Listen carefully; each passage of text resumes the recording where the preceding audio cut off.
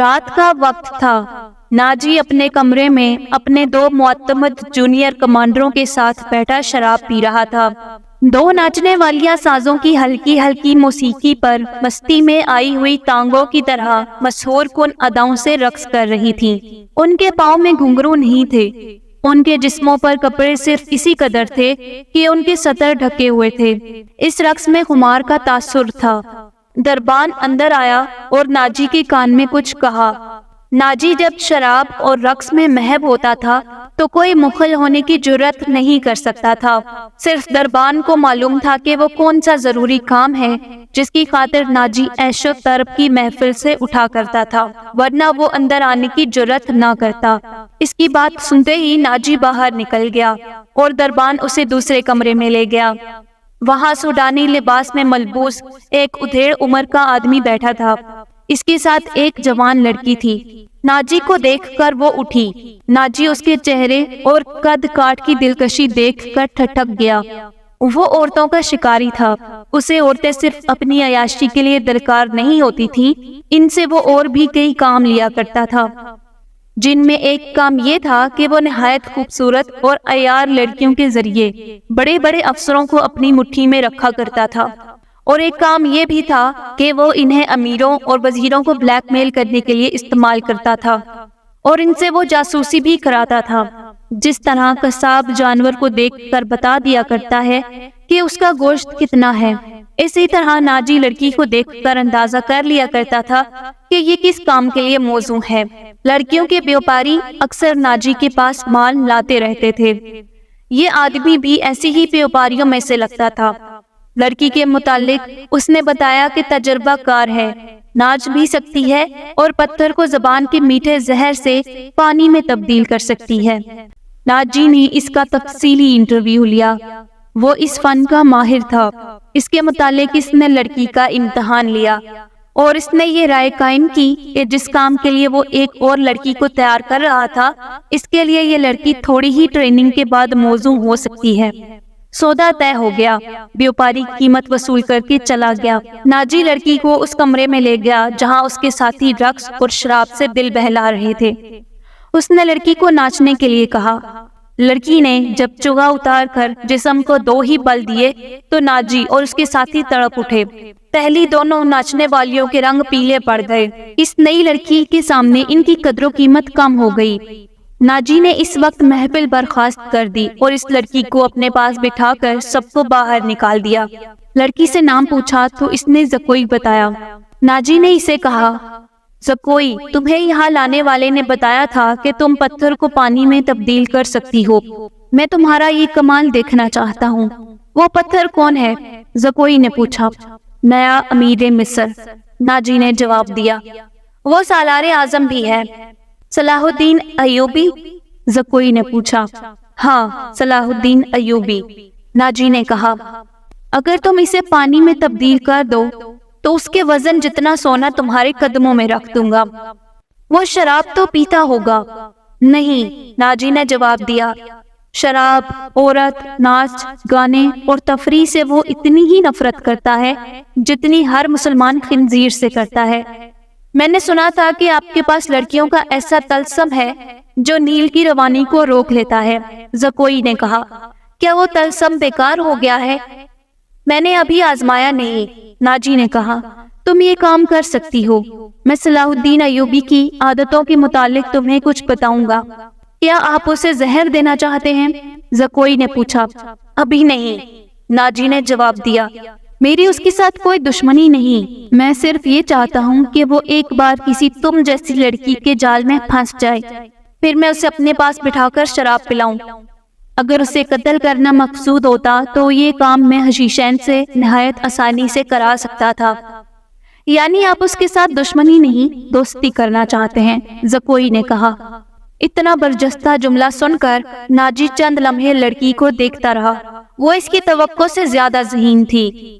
ہاں زکوئی، ناجی نے اس کے ملائم بالوں پر ہاتھ پھیر کر کہا، میں اس کے ساتھ دوستی کرنا چاہتا ہوں، ایسی دوستی کہ وہ میرا ہم نوالا اور ہم پیالہ بن جائے۔ آگے میں جانتا ہوں کہ مجھے اس سے کیا کام لینا ہے، ناجی نے کہا اور ذرا سوچ کر بولا، لیکن میں تمہیں یہ بتا دینا ضروری سمجھتا ہوں، اگر تم نے مجھے دھوکہ دیا تو تم ایک دن سے زیادہ زندہ نہیں رہ سکو گی۔ صلاح الدین ایوبی تمہیں موت سے نہیں بچا سکے گا، تمہاری زندگی اور موت میرے ہاتھ میں ہے، تم مجھے دھوکہ نہیں دے سکو گی، اسی لیے میں نے تمہارے ساتھ کھل کر باتیں کی ہیں، ورنہ میرے رتبے اور حیثیت کا آدمی ایک پیشہ ور لڑکی کے ساتھ پہلی ملاقات میں ہی ایسی باتیں کبھی نہیں کرتا۔ یہ آپ کو آنے والا وقت بتائے گا کہ کون کس کو دھوکہ دیتا ہے۔ زکوئی نے کہا، مجھے یہ بتائیے کہ صلاح الدین ایوبی تک میری رسائی کس طرح ہوگی؟ میں اسے ایک جشن میں بلا رہا ہوں، ناجی نے کہا، اسے رات اپنے ہاں رکھوں گا اور تمہیں اس کی خوابگاہ میں داخل کروں گا۔ میں نے تمہیں اسی مقصد کے لیے بلایا ہے، آگے میں سنبھال لوں گی۔ وہ رات گزر گئی، پھر اور کئی راتیں گزر گئیں۔ صلاح الدین ایوبی انتظامی کاموں اور نئی فوج کو تیار کرنے میں اتنا مصروف رہا کہ ناجی کی دعوت قبول کرنے کا وقت نہ ملا۔ علی بن سفیان نے اسے ناجی کے متعلق جو رپورٹ دی، اس سے وہ پریشان ہو گیا۔ اس نے علی سے کہا، تو اس کا مطلب یہ ہے کہ یہ شخص صلیبیت سے زیادہ خطرناک ہے؟ یہ ایک سانپ ہے جسے مصر کی عمارت آستین میں پال رہی ہے۔ علی بن سفیان نے ناجی کی تحریب کاری کی تفصیل سنائی کہ اس نے کس طرح کس بڑے آدمی کو اپنے ہاتھ میں لیا اور انتظامیہ میں من مانی کرتا رہا۔ پھر کہا، اور جس سوڈانی سپاہ کا وہ سالار ہے، وہ ہمارے بجائے اس کی وفادار ہے۔ کیا آپ اس کا کوئی علاج سوچ سکتے ہیں؟ صرف سوچ ہی نہیں سکتا، صلاح الدین ایوبی نے جواب دیا، علاج شروع کر چکا ہوں۔ مصر سے جو سپاہ بھرتی کی جا رہی ہے، اس میں سوڈانی محافظوں میں گڈ مڈ کر دوں گا، پھر یہ فوج سوڈانی ہوگی نہ مصری۔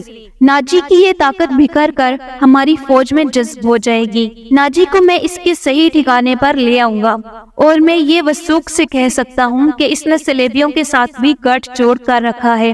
علی بن سفیان نے کہا، آپ سلطنت اسلامیہ کو ایک مضبوط مرکز پر لا کر اسلام کو وسعت دینا چاہتے ہیں، مگر ناجی آپ کے خواب کو دیوانوں کا خواب بنا رہا ہے۔ تم اس سلسلے میں کیا کر رہے ہو؟ یہ مجھ پر چھوڑ دیں، علی بن سفیان نے جواب دیا، میں جو کچھ کروں گا وہ آپ کو ساتھ ساتھ بتاتا رہوں گا، آپ مطمئن رہیں۔ میں نے اس کے گرد جاسوسوں کی ایسی دیوار چن دی ہے جس کی آنکھیں بھی ہیں، کان بھی ہیں، اور یہ دیوار متحرک ہے۔ یوں سمجھ لیں کہ میں نے اسے اپنی جاسوسی کے قلعے میں قید کر لیا ہے۔ صلاح الدین ایوبی کو علی بن سفیان پر اس قدر اعتماد تھا کہ اس کے در پردہ کارروائی کی تفصیل نہ پوچھی۔ علی نے اس سے پوچھا، معلوم ہوا ہے کہ وہ آپ کو جشن پر مدعو کر رہا ہے، اگر یہ بات صحیح ہے تو آپ اس کی دعوت اس وقت قبول کیجیے گا جب میں آپ کو بتاؤں گا۔ ایوبی اٹھا اور ہاتھ پیٹھ پیچھے رکھ کر ٹہلنے لگا۔ اس کی آہ نکل گئی، وہ رک گیا اور بولا، بن سفیان، زندگی اور موت اللہ کے ہاتھ میں ہے، بے مقصد زندگی سے کیا یہ بہتر نہیں کہ انسان پیدا ہوتے ہی مر جائے؟ کبھی کبھی یہ سوچ دماغ میں آ جاتی ہے کہ وہ لوگ شاید خوش نصیب ہیں جن کی قومی حس مردہ ہوتی ہے اور جن کا کوئی کردار نہیں ہوتا، بڑے مزے سے جیتے اور اپنی آئی پر مر جاتے ہیں۔ وہ بد نصیب ہے امیر محترم، علی نے کہا۔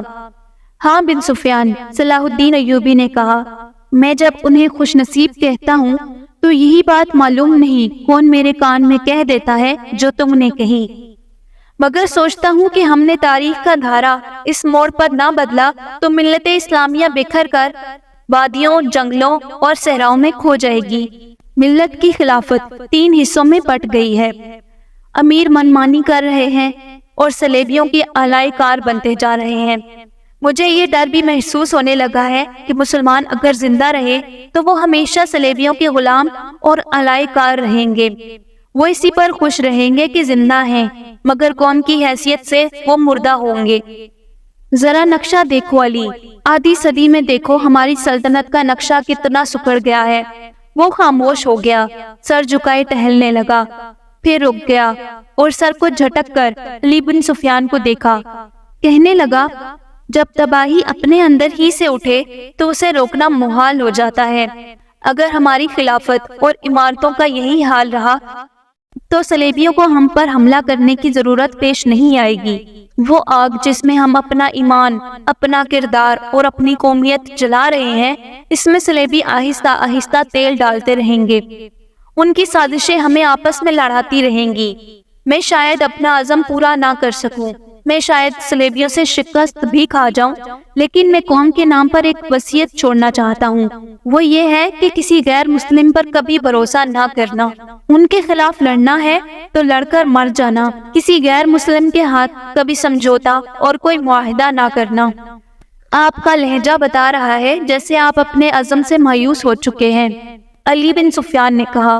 مایوس نہیں، صلاح الدین ایوبی نے کہا، جذباتی۔ علی، میرا ایک حکم متعلقہ شعبے تک پہنچا دو، بھرتی تیز کر دو اور کوشش کرو کہ فوج کے لیے زیادہ سے زیادہ ایسے آدمی رکھو جو جنگ کا تجربہ حاصل کر چکے ہوں۔ ہمارے پاس اتنی لمبی تربیت کا وقت نہیں۔ بھرتی ہونے والوں کا مسلمان ہونا لازمی قرار دے دو، اور تم اپنے لیے ذہن نشین کر لو کہ ایسے جاسوسوں کا ایک دستہ تیار کرو جو دشمن کے علاقے میں جا کر جاسوسی بھی کریں اور شب خون بھی ماریں۔ یہ جانبازوں کا دستہ ہوگا۔